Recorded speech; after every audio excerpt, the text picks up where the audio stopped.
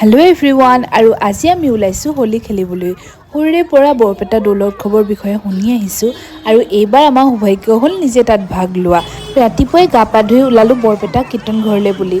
কিন্তু বাটতে আমাক বহুতেই হোলি লগালে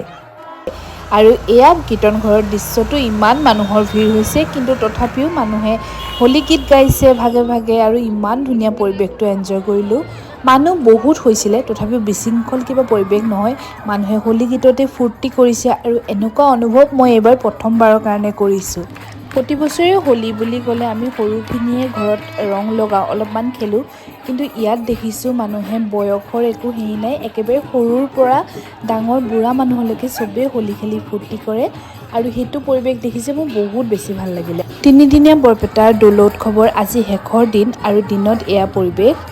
গোটেই তিনিদিনাই এই অনুষ্ঠানটোত ভাগ লৈ ইমান বেছি ভাল লাগিলে আৰু এনেকুৱা লাগিছে যেন